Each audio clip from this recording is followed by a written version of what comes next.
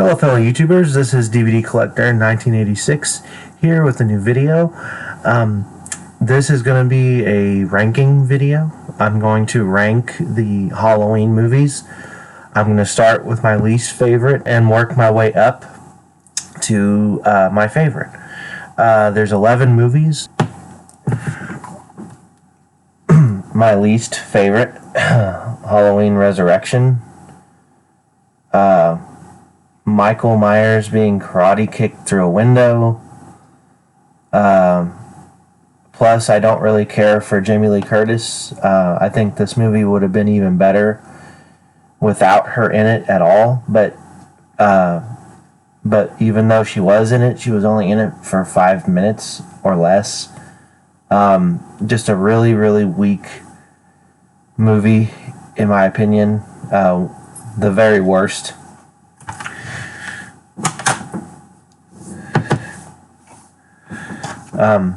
My next least favorite, H2O. Feels too much like a Scream movie. Some of the musical score cues in this movie are literally taken from the first Scream movie. And then you have at least 4 different versions of the mask in this movie. And this movie feels like Dawson's Creek version of Halloween. Kevin Williamson, he should not be writing the script for a Halloween movie because all of his movies have that Scream feel. And don't get me wrong, I like the Scream movies. Halloween should never feel like a Scream movie. And it just doesn't take place in Haddonfield. The last thing I will say is this. For those of you who love this movie so much, clearly this movie is a direct sequel to Halloween 2, the original Halloween 2. And that's what everybody says. And Josh Hartnett actually says in the movie, you told me yourself you watched him burn, and stuff like that. So this is a sequel to Halloween 2, right? Okay, the one continuity and major plot hole and movie flaw in this film I never hear anybody talk about, and they should, is if this is a sequel to Halloween 2, then why does Michael Myers not have burn scars on his hands? Next,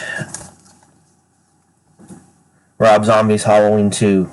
I don't know what this guy was thinking. I get it. Some people enjoyed this movie. It has its following, its audience. But this is just not my kind of Halloween movie. The dream sequences with Michael's mother and the unicorn and all this other stuff. I don't like Halloween 2. Now, I will say this. If the entire movie of Halloween 2, Rob Zombie's Halloween 2, had been like the first 5 or 10 minutes of the movie, if the whole movie had been like that in the hospital, that would have been cool. But no. It turned out to be something completely different. Next, Rob Zombie's Halloween. I like this movie a little bit. I like it better than the second one, obviously. Rob Zombie's Halloween 2. But this movie just feels like he was trying to make a Texas Chainsaw Massacre movie. I admire some of the stuff that he tried to do. I am one of the people, I don't really care that he tried to give Michael a backstory. That didn't bother me that much, obviously. If you prefer a Michael without a backstory, the first film always exists. But the backstory did not bother me that much. It was just the trashy quality of the characters, mostly, that I did not like. Now, when the movie picks up, after the Smith's Grove scenes, and it more or less becomes a remake of the original from that point on. I actually enjoy that section of the movie quite a bit, but this is not one of my favorite Halloweens. One good thing I will say about it is you should check out the Michael Lives, the Making of Halloween documentary, which is included with this, and I believe it is a 4-hour long documentary all about how they made this movie, which is really interesting. One thing about Rob Zombie that I will praise him for is that he does know how to make really good behind the scenes featurettes and documentaries. Okay, now this might come as a shock to some of y'all because I praised this movie a lot when it came out. But in retrospect, before doing this video, trying to figure out what order to put these movies in,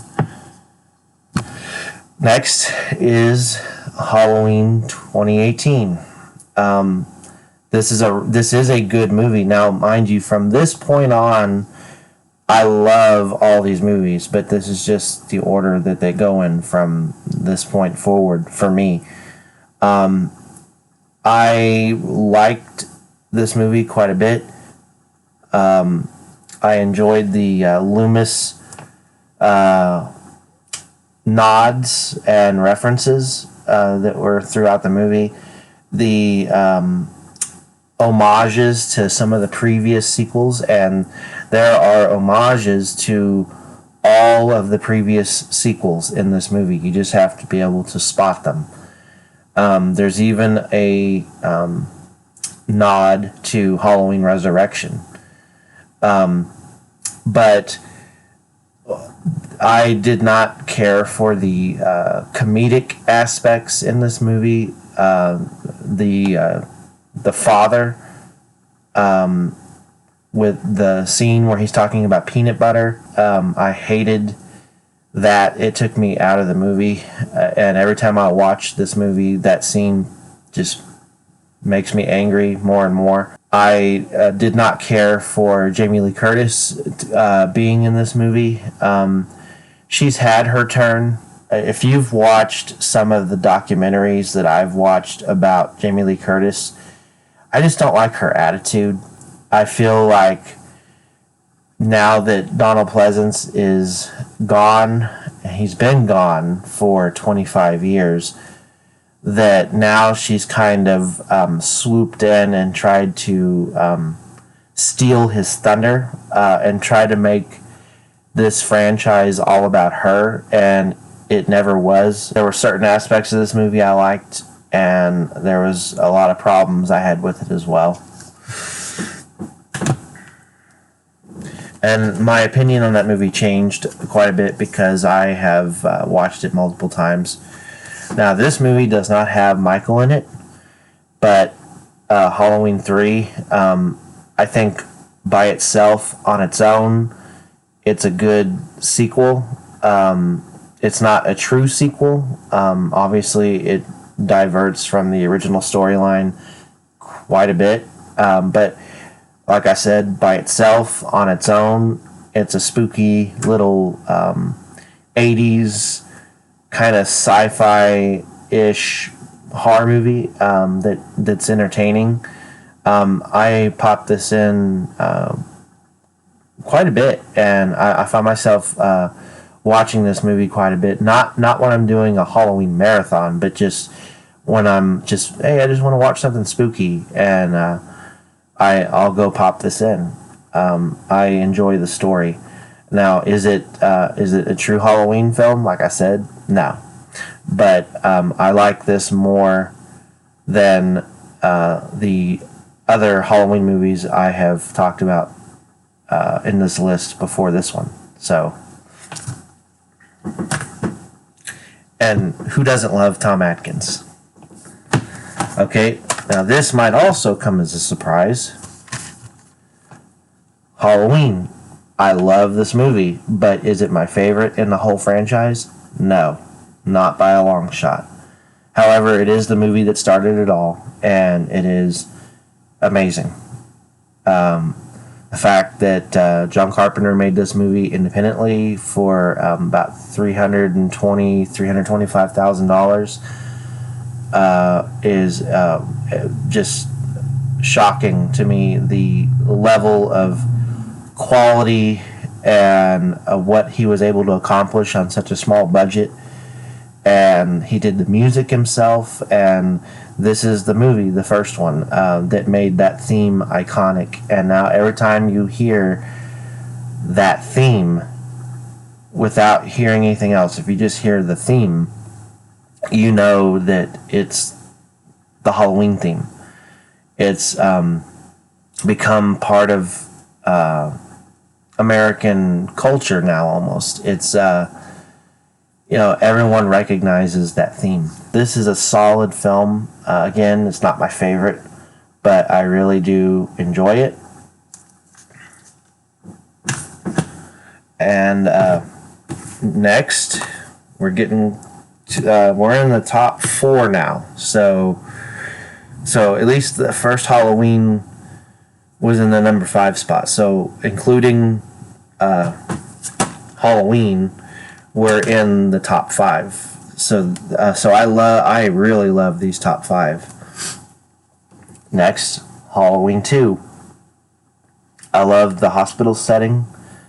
I like the gothic version of the score in this. Dick Warlock did a really good job playing Michael Myers. And one of the pivotal roles in this was Dr. Loomis to me. This is the movie that established Dr. Loomis as the ultimate horror hero, at least for me.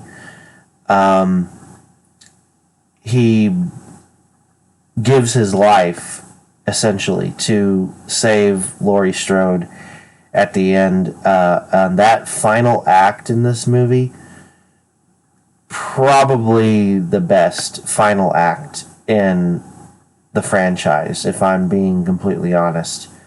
It just the whole movie, it builds and builds and builds, and you know that sooner or later Michael and Laurie Strode are going to cross paths. But you know Loomis is out there somewhere looking for him, and you know that he's going to come to the rescue at some point. At some point, those 3 characters' paths are all going to cross. And when it does, it's going to be big. And it sure was. So I really love Halloween 2. Now, in the number 3 spot, Halloween, The Curse of Michael Myers. I have a very, very big soft spot for this movie. I enjoy it immensely. This is Donald Pleasance's last portrayal and performance as Dr. Loomis. In my opinion, his very best as the character. Rest in peace, Donald Pleasance. This is technically the movie for me. Maybe not y'all, but for me, this is where the franchise truly ended for me, was with Part 6. This is the last original sequel in the original franchise. Because remember, in 1995, there was no H2O, there was no Resurrection, there were none of the Rob Zombie movies, and there was no Halloween 2018. This movie is the true end of the franchise for me. And I enjoy the producer's cut of Halloween 6. It's got some really weird elements, some questionable plot lines, but I really dug the whole cult storyline. And yes, some people will say this movie committed the ultimate sin when it tried to explain why Michael is the way that he is. However, if you go into this like I do, saying this is the last movie in the franchise, then it's okay to explain it. Because to me, this was the last film. And I don't care what anybody says, without Dr. Loomis, it will not ever be a true Halloween sequel. That's why I'll watch the movies after this one. But as far as I'm concerned, this is where the series ended. There's no more Donald Pleasance. If there's no more Donald Pleasance, there's no more Dr. Loomis. And if there's no more Dr. Loomis, they should not make any more of these movies after this one. That's just my personal opinion. This franchise truly died with Donald Pleasance, and they should have stopped at this movie right here. But this is the true end of the franchise to me. The only negative that I can think of for this movie is I wish that it had Danielle Harris in it. It would have been a good for continuity. But other than that, I really enjoyed this movie a lot, and it's one of my favorite Halloween movies. Like I said, Donald Pleasance, you were the man. You are the man still. Next, Halloween 5. This might actually shock you, but I like Halloween 5. Dominic Othenin-Girard directed this. He's a French guy, and this movie definitely has a French kind of feel to it. A lot of people hate this movie. I love it. I actually, another shocker, I actually like The Mask in this movie, and I think that Don Shanks was one of the better Michael Myers. I think he was extremely scary. I think he did the role extremely well, and I just love this movie.